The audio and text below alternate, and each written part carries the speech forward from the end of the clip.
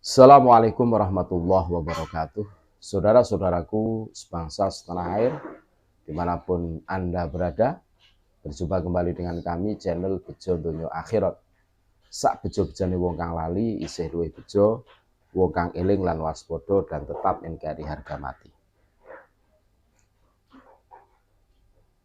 Kiai Haji Imaduddin Usman Al-Bantani mengatakan, metodologi penelitian nasab ini rumit, sama dengan metodologi memahami sejarah, dan banyak sekali penelitian-penelitian yang harus dipenuhi.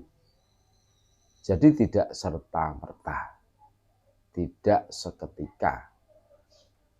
Nah, beliau juga menjawab bahwa Syekh Mahdi Ar-Rojai yang berasal dari Iran itu ya, yang menyurati Kiai Haji Imaduddin Usman Al-Bantani yang mengisbat nasab Bani Ba'alwi, itu ternyata juga sudah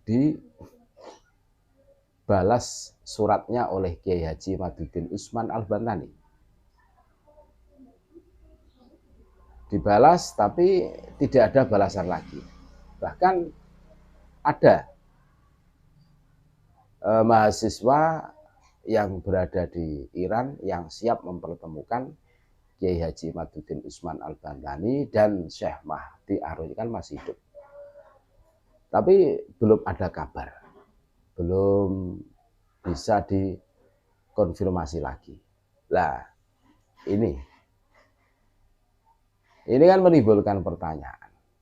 Pada saat Syekh Mahdi Ar-Rojai itu mengisbat nasab Bani Ba'alwi, itu referensinya dari mana, kan gitu. Dalilnya, hujahnya itu apa? Kan harus dipertanyakan. Dasarnya itu apa?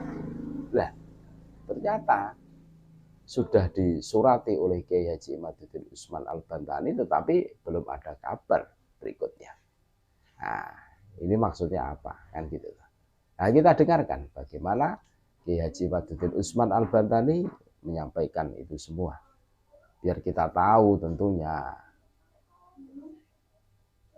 Bolehlah orang-orang yang ada di Yaman yang sudah tes DNA ini tidak berhasil. Tapi mungkin saja Baklawi yang ada di Indonesia ini kan berhasil. Tapi mereka tidak berani. Kenapa tidak berani? Karena mereka sudah meyakini bahwa hasilnya akan sama dengan hasil saudara-saudara mereka yang sudah tes DNA di Yaman. Ya, itu sementara mungkin Kang Mas Yusuf nanti mungkin kita mendapatkan pandangan-pandangan dari guru kita Profesor Hanif Sahagopur. Terima kasih. Ya, baik. Satu lagi saya bertanya, Kiai Imad, metodologi dan teori apa yang Kiai pakai ketika menafikan sebuah nasab atau mengisbatkan sebuah nasab? Mungkin bisa diketengahkan karena ada beberapa kritik. Ini Kiai Imad ini tidak menggunakan sebuah teori baku, metodologi baku gitu, sesuai dengan ilmu nasab. Silakan Kiai. Ilmu nasab itu bagian daripada ilmu sejarah. Jadi bagaimana kita meneliti nasab itu sama dengan bagaimana kita meneliti sejarah.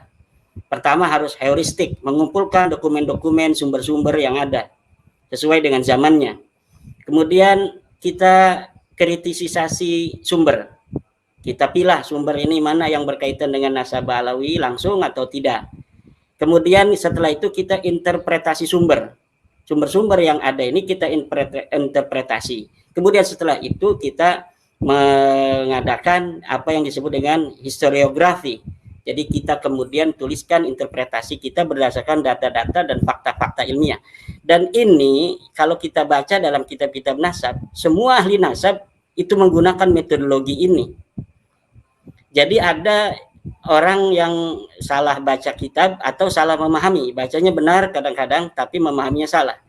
Jadi khattun nasabah. Jadi isbatun nasab dengan khattun nasabah dipahami hanya apabila ada seorang ahli nasab hari ini menyambungkan nasab seseorang yang ada di zaman ini sampai ke Rasulullah, maka nasab itu sudah sahih. Ini kekeliruan di dalam memahami salah satu metodologi dalam isbatun nasab yang didapat di dalam kitab-kitab nasab, yaitu khatun nasabah. Khatun nasabah itu catatan ahli nasab. Catatan ahli nasab itu sesuai dengan objek siapa yang akan diisbat. Kalau yang diisbat adalah orang yang berada di hari ini, maka yang mengisbat adalah nasabah yang ada di hari ini. Bisa dengan cara khatun nasabah, bisa dengan 2 saksi, bisa dengan adanya pengakuan dari seorang ayah kepada anaknya. Tetapi untuk orang-orang yang ada di masa lalu, misalnya Ahmad bin Isa ini mempunyai anak namanya Ubed. Ahmad bin Isa wafat 345 Hijriah. Kemudian dikatakan dia punya namanya Ubed. Sementara kitab-kitab nasab yang ada itu tidak mengkonfirmasi Ahmad bin Isa mempunyai anak namanya Ubed. Kemudian ada hari ini misalnya Syekh Mahdi Roja'i mengatakan bahwa sah Bahlawi ini sebagai turunan Nabi. Kemudian dia dianggap sebagai seorang nasabah yang bagi pendukung Bahlawi kemudian dianggap bahwa cukuplah seorang Mahdi Roja'i untuk menetapkan nasab Bahlawi ini sahih. Lalu saya tanya misalnya kalau ada Syekh Mahdi Roja'i, lalu saya dapat informasi bahwa Ubed ini anak Ahmad dari mana? Dia masih hidup, ada di Iran, dan saya sudah kirim surat kepada Syekh Mahdi Roja'i, tidak dibalas.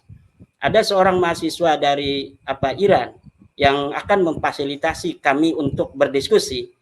Kami sudah siap, kemudian dibatalkan.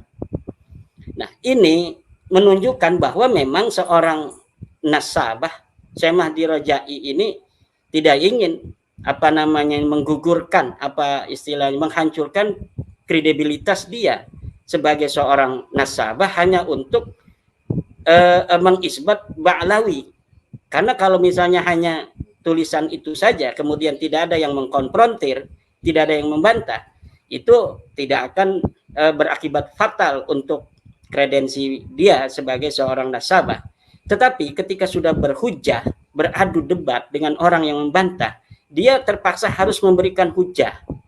Maka oleh karena itu dia tidak bersedia, atau dalam tanda kutip, karena memang setelah itu saya tidak mendengar berita lagi dari orang-orang yang ada di Iran itu, yang pembela-pembela Ba'lawi yang ingin mempertemukan saya dengan Syekh Mahdi Ar-Roja'i.